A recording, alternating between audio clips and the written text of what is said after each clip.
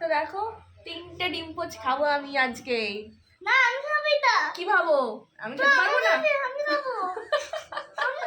আমার আর বাবু আমি বলে দিয়েছি আমি খাবো। আবার বেদানা, এটা কে খাবে এখন? বেদানা খাও, এইগুলো খাও, সেই স্কুল ড্রেস খাও। আমি পড়ে যাবে আমি তোমাদের ছবি তুললে গেলে আমি একটা ডিনার প্লেট দিতাম, কি স্টিলের প্লেটে খায় বলতো? হ্যাঁ, তাহলে তুমি একটা এটা দিয়ে দিতাম। আমরা তো বাঙালিরা তো স্টিলের প্লেট, না ডিনার প্লেটে দিয়ে দিতাম। বল যে এই শাড়িগুলো কিনলাম বিয়ে বাড়িতে পরবো বলে। কেমন হয়েছে কমেন্ট করে জানাবে। এই যে এই একটা শাড়ি দেখি, ভালো লাগছে কালারটা, সেটা না কালারটা সুন্দর।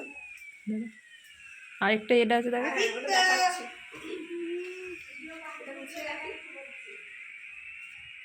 এটা হচ্ছে বিয়ের দিনের বা বৌভাতে যে কোনো একদিনে।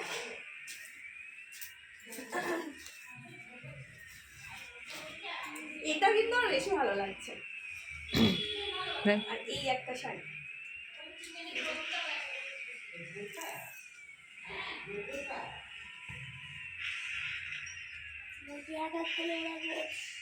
যা চলে এটা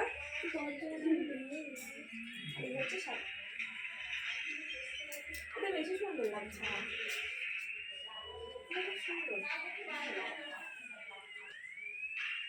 এটা আসলে বড়দির মানে আমার বড় ননদের বিয়ে বাড়ির জন্য কেনাকাটা করেছে, আমাকে আসতে দেখালো, ব্যাগ ধরিয়ে দিয়ে দিল, বললো তুমি দেখো দিদি রান্না করছে এখন। এটা পার তো বসানো হবে গো। হয়ে গেছে। হয়ে গেছে।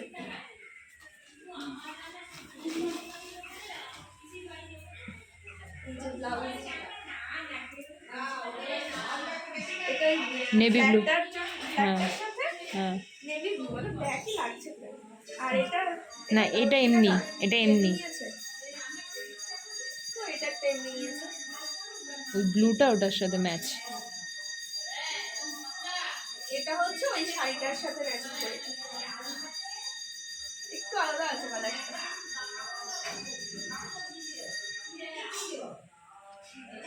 কিন্তু ওর সাথে রানী কালার ব্লাউজ করলে খুব সুন্দর লাগে। এগুলো কত করে নিয়েছে এগুলো? এগুলো 3,000 টাকা। ভালো হয়েছে কিন্তু। হ্যাঁ 3,000 টাকা।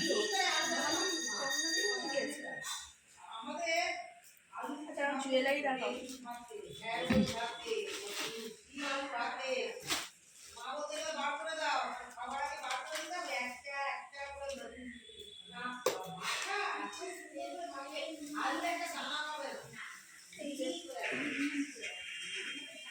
বিয়েতে তো সোনার গয়না পরবে, কিন্তু রিসেপশনে পরার জন্য এগুলো কিনেছে দিদি।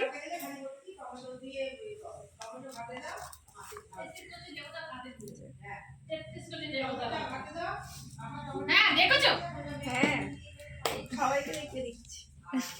সবাইকে দেখিয়ে দিচ্ছে হচ্ছে। এই মানুষ বেদানাটা খা,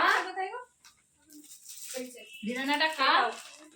এটা এমনি। একদিন সোনার গয়না, একদিন এই গয়না।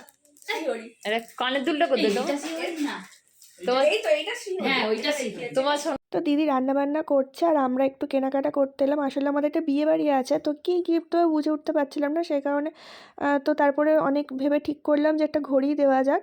আর দিদি রান্নাবান্না করেছে, সেগুলো তোমাদের দেখানো হয়নি। সেটা হচ্ছে দিদি আলু উচ্ছে ভাজা করেছিল, আলু পোস্ত করেছিল, ডাল করেছিল, আর ফুলকপির তরকারি মানে সকালের ছিল, আর হচ্ছে আমুদি মাছ ভাজা করেছিল, চিকেন করেছিল। তো দেখো অনেক দেখে শুনে এই ঘড়িটা নিয়েছি। তারপর বাদ বাকি আর যেসব ঘড়িগুলো পছন্দ হচ্ছিলো আর কি, সেগুলো অনেক বাজেট মানে 2,000 টাকার উপরে। তো এটা মোটামুটি আমার সাধ্যের মধ্যে, তো সে কারণে এটা নেওয়া হয়েছে। আর জানো তো বন্ধুরা, দিদি আমাদের মানে চিকেন তারপর আলু পোস্ত মায়ের জন্য পাঠিয়ে দিয়েছিল, তো আমি রাত্রিবেলা শুধু রুটি করেছি। আর এই যে বিয়ে বাড়িটার কথা বলছি, এটা আমাদের পাড়াতেই বিয়ে বাড়ি। আর বাবু পিসির বাড়িতে এলে মানে এখান থেকে নামবেই না, ওর শোভা কাম্বেরটাই ওর পছন্দের শুধু। 7টা বেজে গিয়েছে আর দেখো আমার ছাদে না জামা কাপড় মেলা আছে। আমি ডাক্তারবাবুর এই প্যান্টটাও ভিজেছিল, আমি না মানে ভিতরে দিয়ে গিয়েছি। আমার কয়েকটা নাইটি আছে আর ছেলেরগুলোও তুলে রেখে দিয়ে গিয়েছি। আর কি বলতো, তখন আমি শুলাম কটা, তখন 5টা 5:30 হবে শুলাম। আর ভাবলাম যে একটু পরে আর কি তুলবো। আসলে যখন 4:30টার সময় জামা কাপড়গুলো তুলতে এসেছিলাম তখন দেখছি ছাদে খুব হাওয়া হচ্ছে। আমার নাইটিগুলো অনেকটা মানে বেলাতেই আমি কেচেছি, তো শুকোয়নি। আর সেই কারণে কি বলতো, ভাবলাম যে তাহলে আরেকটু থাক, তাহলে যদি একটু মানে শুকিয়ে যায় আর কি। শুকোয়নি কিছুই, ভিজো মানে সবগুলোই এখনো ভিজে আছে। তো তারপরে যখন 5টা, তখন 5টা বেজে গিয়েছে, তারপরে শুয়ে পড়ার পর ভাবছি যে জামা কাপড়গুলো আনতে হবে। তারপরে কি বলতো, এত ঠান্ডা লাগছে, ভাবলাম যে থাক, পরেই আনবো, সন্ধ্যাবেলাতেই আনবো। আর সেই কারণে কি বলতো, আমি ডাক্তারবাবুরটাও তুলে গিয়েছি। আমার জামা কাপড় তো কোনো ব্যাপার না। আর এখানে দেখো পা মোছাগুলোও কাচা হয়েছিল, 2 দিন ধরে শুকোচ্ছে। এগুলো শুকিয়ে গিয়েছে আজকে। এগুলো স্কুল থেকে এসেই না আমি রোদে দিয়ে গিয়েছিলাম। তো এগুলো এখানেই থাকবে এখন। চলো দরজা দিয়ে দিই।